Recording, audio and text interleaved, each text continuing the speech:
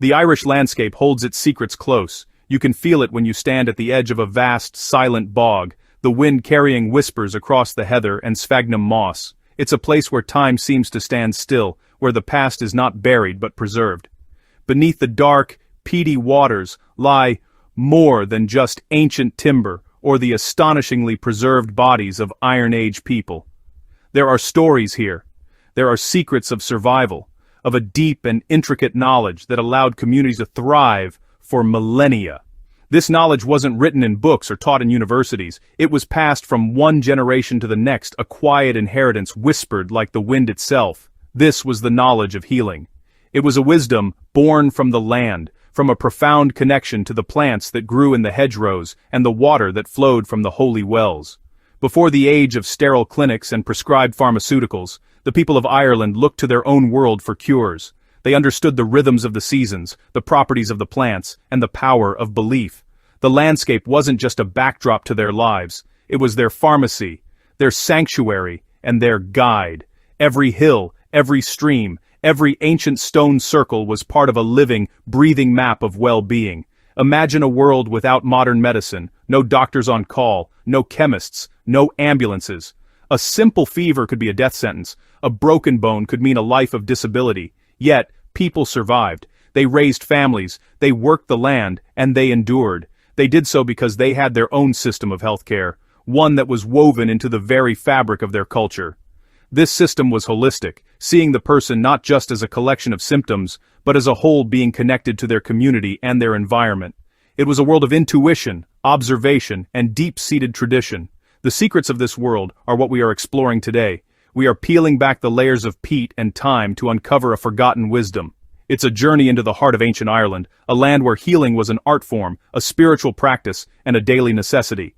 The bogs have held these secrets for centuries, preserving them in their oxygen-poor embrace. Now, as we stand on this ancient ground, we can almost hear the echoes of the past, calling us to remember what has been lost and what might yet be reclaimed from the whispering landscape. Make sure to hit that subscribe button for more content like this. Long before the arrival of modern medicine, survival in Ireland was a delicate dance with nature. Life was hard, and the threats of illness and injury were ever present. Without antibiotics or surgical theaters, communities had to rely on what they knew and what they could find around them. This wasn't a world of desperation, but one of profound resourcefulness. People developed a deep understanding of their environment, an encyclopedic knowledge of the natural world that was essential for their very existence. They knew which plants could soothe a fever, which poultices could draw out an infection, and which rituals could calm a troubled mind. This knowledge was the bedrock of their society. It was a shared inheritance, a communal library of lore passed down through generations. Mothers taught their daughters how to identify herbs for common ailments.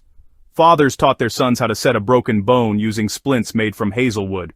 Every member of the community had a part to play in maintaining the collective health. The changing seasons dictated the availability of remedies. Spring brought fresh nettles for cleansing the blood. Summer offered meadowsweet for pain, and autumn provided berries rich in vital nutrients to prepare for the long, harsh winter. The approach to health was fundamentally different. It wasn't about waiting for sickness to strike and then treating it. It was about maintaining balance, balance with the land, balance within the body, and balance within the community. Food was medicine. A simple broth made with nutritious vegetables and wild herbs was seen as a powerful tonic to build strength and ward off illness. The air you breathed, the water you drank, and the thoughts you held were all considered part of your overall well-being. This holistic view meant that healing was not just a physical process, but a spiritual and emotional one as well. In this world, the boundary between the natural and the supernatural was porous. A sudden illness might be attributed to a physical cause, like bad food, or it could be seen as the result of displeasing the Aes-She, the fairy folk. Therefore, healing often involved both a practical remedy and a spiritual ritual. A herbal tea might be accompanied by a prayer or a charm recited over the patient. This combination of the practical and the mystical wasn't contradictory. It was two sides of the same coin, a complete system designed to address every aspect of a person's suffering and restore them to wholeness. At the heart of every Irish community, you would find a figure of immense importance, the Bán feasa. This translates as woman of knowledge or wise woman. She was the keeper of the ancient lore, the village herbalist, midwife, and counselor all rolled into one. The Bán feasa was not a witch or a sorceress in the way modern stories might portray her. She was a respected and essential member of society, a woman whose wisdom was sought by all, from the humblest farmer to the local chieftain. Her knowledge was not learned from books, but was an oral tradition, passed down from her mother or grandmother. The role of the Bán feasa was deeply practical. She was the first person you would call upon when a child fell ill with a fever, or when a woman was in the throes of childbirth. Her cottage, often filled with the earthy scent of drying herbs and simmering potions, was a place of sanctuary and healing. She knew the secret names of plants and the correct times to harvest them, some under the light of a full moon, others at the break of dawn. She understood the complex art of preparing remedies, whether it was a soothing balm, a bitter tonic, or a poultice, to draw out infection from a wound. Her importance went far beyond herbal remedies. The Bán feasa was a spiritual guide. She understood the unseen world, the delicate balance between the human realm and the realm of the spirits. She knew the ancient charms and prayers, the rituals needed to appease the fairy folk or to lift a curse. When a cow mysteriously stopped giving milk or a string of bad luck befell a family, it was the Bán feasa who was consulted. She would read the signs in nature, interpret dreams, and offer guidance to restore harmony. Her work was about healing the spirit as much as the body. The Bán feasa was a pillar of strength and stability in a world fraught with uncertainty. She was a living library of ancestral knowledge, a symbol of the community's resilience. Her presence provided comfort and hope. In an age without formal medical institutions, she was the institution. She embodied the deep, intuitive connection to the land and the spiritual traditions that sustained her people. Her legacy is a powerful reminder that true healing comes not just from what you know, but from the wisdom you embody and the care you show to others. Alongside the Bán feasa, there existed another class of healer, the doctúirí na dúiche, which translates as doctors of the countryside. These were often men who specialized in particular areas of healing, particularly the physical and surgical aspects of medicine. While the Bán feasa might focus more on herbalism, midwifery, and spiritual matters, the doctúirí na dúiche was the bone setter, the wound dresser, and the expert in treating injuries sustained in daily life or in battle. Their skills were honed through apprenticeship and generations of passed-down knowledge, making them highly respected figures in rural Ireland. These healers possessed a remarkable understanding of human anatomy, gained through practical experience rather than formal dissection. They could set a fractured limb with uncanny precision, using splints made from yew or hazel and bandages of moss-soaked linen. They were known for their healing hands, a term that described their intuitive ability to feel and manipulate bones back into their correct alignment. Stories abound of their incredible skill, with tales of men who could reset a dislocated shoulder with a single swift movement. This was a physical hands-on craft that required immense strength, confidence, and a deep understanding of the body's mechanics. The doctúirí na dúiche also had their own pharmacopoeia, often focused on treating wounds and preventing infection. They knew that sphagnum moss, plentiful in the bogs, had powerful antiseptic properties and could be used to pack a deep wound to keep it clean and aid healing. They used poultices made from comfrey, known as knitbone, to accelerate the mending of fractures. Yarrow was another vital herb in their kit, used to staunch the flow of blood from a cut. Their knowledge was highly practical and grounded in the immediate needs of a population engaged in hard physical labor. These countryside doctors were often itinerant, traveling from village to village to offer their services where needed. Their arrival would be a significant event, bringing relief to those suffering from debilitating injuries. They were not just technicians, they were also figures of authority and trust. A successful bone setting or the healing of a grievous wound would cement their reputation, which would travel by word of mouth across the land. The doctúirí na dúiche represent a different facet of traditional Irish healing, one based on physical intervention and a deep, practical knowledge of the human body's ability to mend itself when given the right help. The entire Irish landscape was a vast, living apothecary for those who knew how to read it. Every field, hedgerow, and mountainside offered up its own unique remedies. This was not a random collection of plants, but a sophisticated system of herbal medicine developed over thousands of years of trial, error, and careful observation. The knowledge of which plant to use, which part to harvest, and how to prepare it was a science in its own right. The common dandelion, for instance, often seen as a weed today, was prized as a powerful tonic for the liver and a diuretic. Its leaves were eaten in spring to cleanse the body after a long winter. Specific plants were known for their specific properties. Meadow sweet, a beautiful, creamy white flower found in damp meadows, was Ireland's aspirin. It contains salicylic acid, the compound from which aspirin was later synthesized, and was used to relieve pain, reduce fevers, and soothe headaches. A tea made from its flowers was a common and effective remedy. Another crucial plant was comfrey. A poultice made from its crushed roots and leaves was applied to broken bones to speed up the healing process, earning it the nickname knit bone. Its power to promote cell regeneration was legendary. The humble nettle, despite its sting, was a powerhouse of nutrition and medicine. Rich in iron and vitamins, a nettle soup or tea was a standard spring cure for cleansing the blood and combating the fatigue and anemia that could follow the sparse winter diet. The sting itself was even used as a treatment for arthritis, a practice known as urtication, where the painful joints were deliberately stung to stimulate blood flow and reduce inflammation. Hawthorn, the fairy tree, was not just sacred but also medicinal. Its berries, leaves, and flowers were used to make a tonic for the heart, believed to strengthen it and regulate its rhythm. Even the seaweed washed up on the shore had its place in this natural pharmacy. Carrageen moss, a type of red algae, was boiled with milk and honey to create a thick, soothing drink for coughs, colds, and sore throats. Its gelatinous texture coated the throat, while its rich mineral content helped to nourish the body back to health.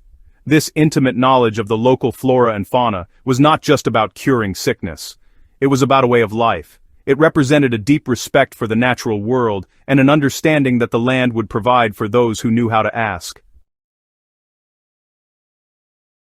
In the world of traditional Irish healing, the physical and the spiritual were, pretty much inseparable. A herbal remedy was often just one part of the cure. The other part involved rituals, charms, and prayers that addressed the unseen forces believed to influence health and well-being. This was not superstition, but a holistic understanding that the mind and spirit played a crucial role in the healing process. A charm, was a rhyming verse or prayer, often a blend of ancient Celtic beliefs and Christian faith, recited over the patient to invoke a higher power and banish the illness. These charms were passed down through families, their specific words and cadences holding a perceived power. Certain places in the landscape were imbued with healing power. Holy wells, dedicated to saints like Bridget or Patrick, were focal points for healing rituals. People would travel for miles to visit a specific well known for curing a particular ailment, such as eye complaints or skin conditions.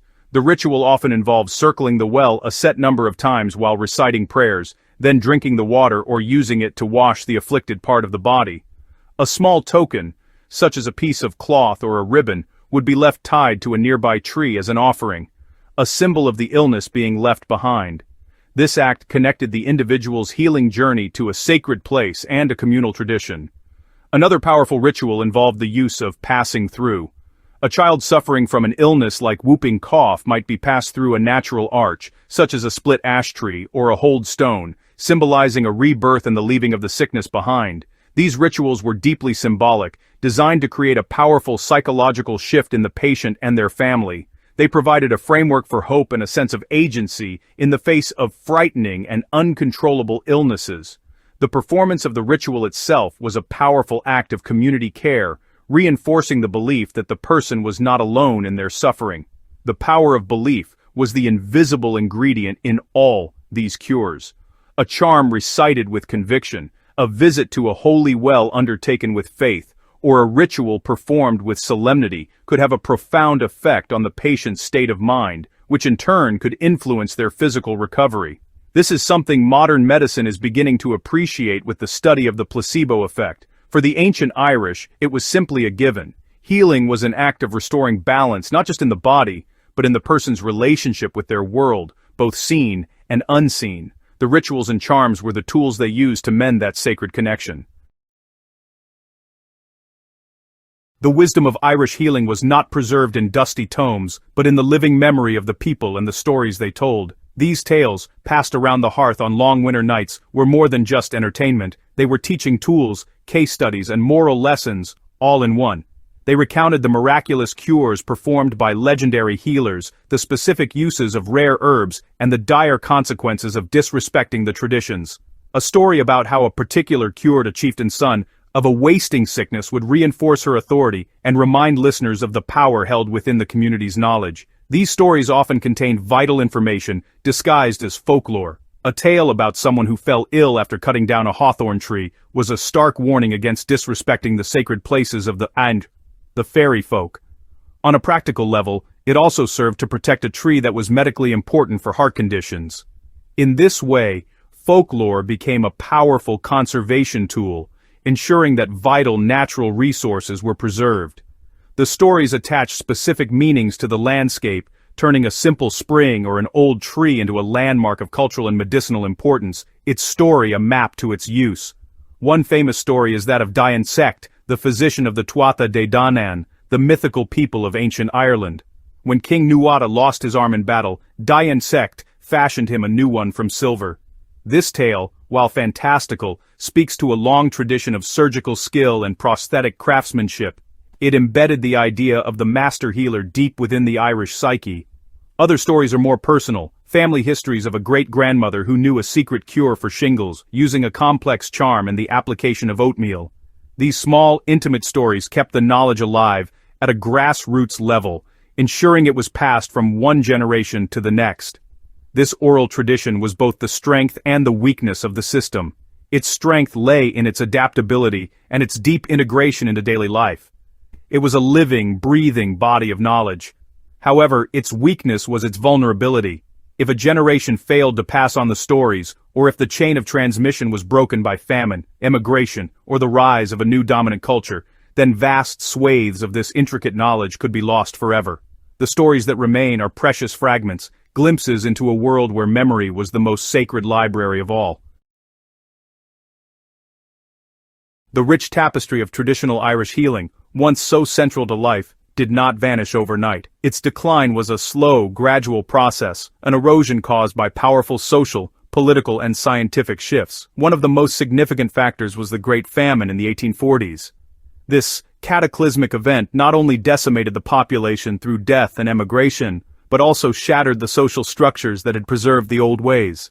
The communities that were the bedrock of this oral tradition were broken apart, and with them, the chain of knowledge was catastrophically severed.